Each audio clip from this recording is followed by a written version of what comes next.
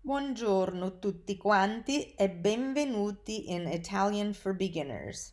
I've got another special lesson for you today, how to study vocabulary. This is actually a pretty important topic that I should have covered earlier in the course, but especially now that you're at a point where you're learning different tenses of verbs and things, it's really important that you know the system for learning Italian vocabulary because it's a lot more in depth than just memorizing the word as it appears in the vocab list.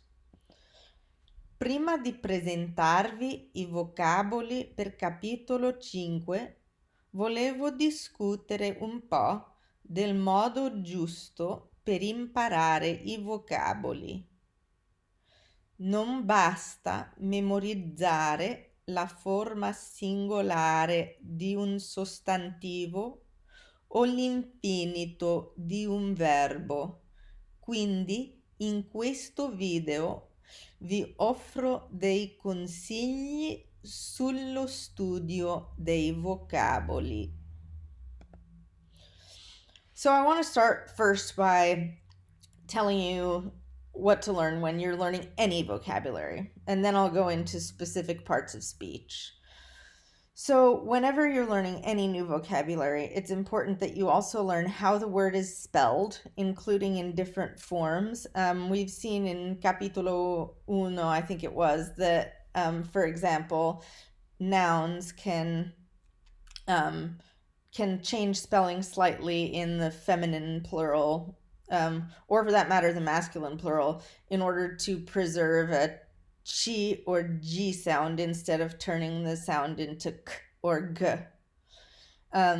So that might be a thing to review if you didn't remember.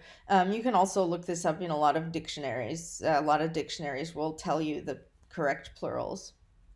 Or for that matter, tenses. So how the word is pronounced, this is really important. So a big one is which syllable is stressed. And again, if you're learning a verb, you'll want to learn this for each conjugation, not just for the infinitive. And so, for example, if you're learning the word città, it's important to know that it's città, not città. Another example is whether O's and E's are open or closed. This one usually doesn't affect your ability to be understood, but it is a part of the Italian accent. My Singer's Diction videos have more details on this, but basically, an O in Italian can be pronounced open, which is O, or closed, which is more like O.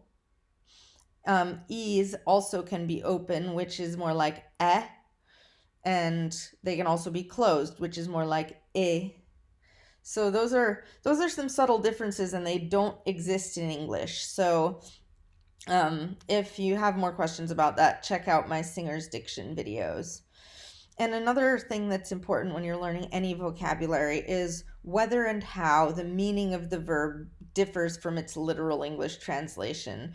One of the problems with vocab lists is that they list a verb or a noun, or any vocabulary word next to an English translation for that verb. And often, sorry, I don't know why I keep saying verb, but sometimes that word may have several possible English translations. Other times it only means a specific case of that English translation. So an example of that would be conoscere and sapere, which both translate to know, but don't mean the same thing, as we discussed 2 lessons ago.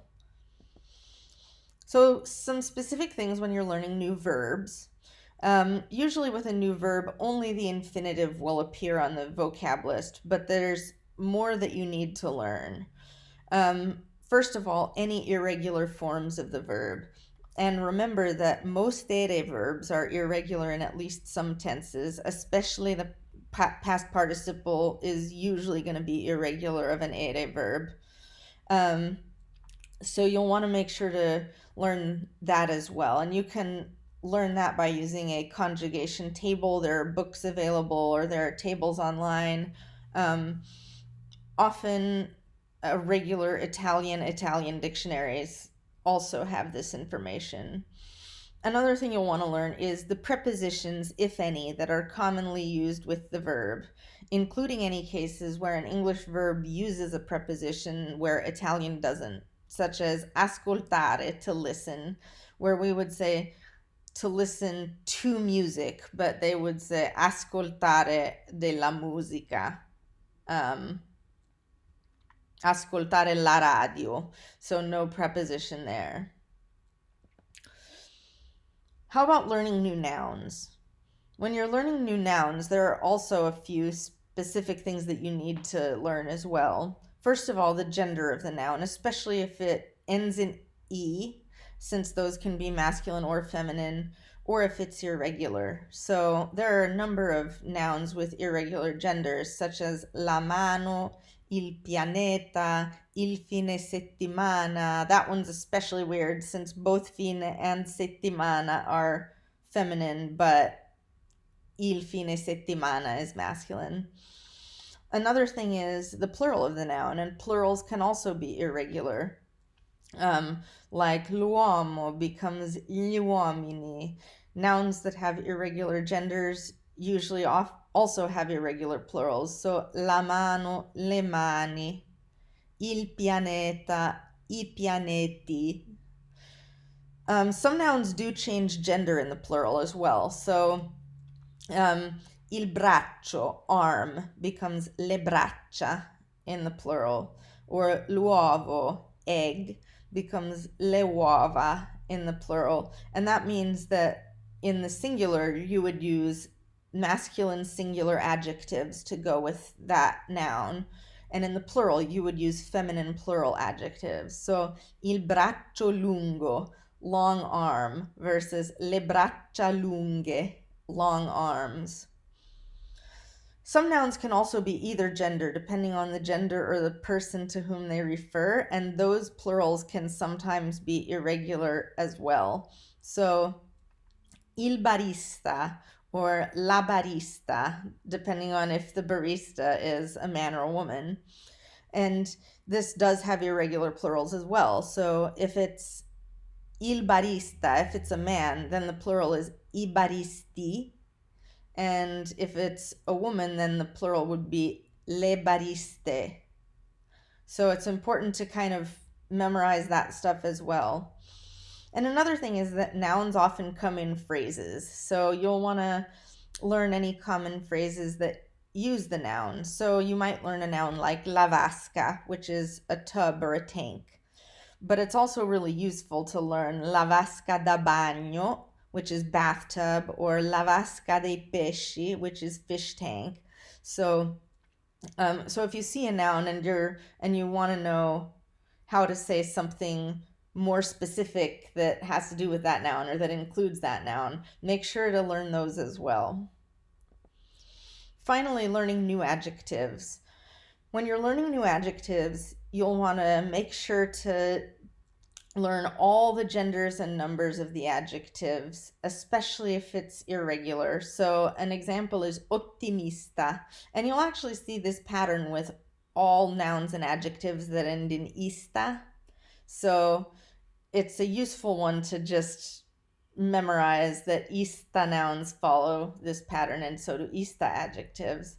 Un ragazzo ottimista. Una ragazza ottimista. So the adjective stays the same between the masculine and feminine in the singular. On the other hand, in the plural, you have due ragazzi ottimisti or due ragazze ottimiste. So being really careful to learn those forms is really important when you're learning new adjectives. And again, in Italian, a lot of adjectives, as in English, are used with some kind of preposition to form a phrase. So you could say ammalato di cancro. Ammalato di qualcosa means sick with something. You could also say morto di cancro. So dead from cancer. Those prepositions often differ from the ones used in English, and sometimes English uses a preposition where Italian doesn't, or vice versa. So it's really important to think about an adjective, and if you realize that it goes with a phrase like that, find out what preposition is used in that phrase. So that's pretty much it, and in the next video, we'll go over the parole da ricordare for chapter 5. That's the vocabulary. So yeah, thanks for watching. If you don't want to miss future videos in this series, please go ahead and subscribe to my channel. And as usual, questions are welcome in the comments, as are corrections from native Italian speakers if you notice I've done anything wrong. Thanks again for watching, and I'll see you in the next video.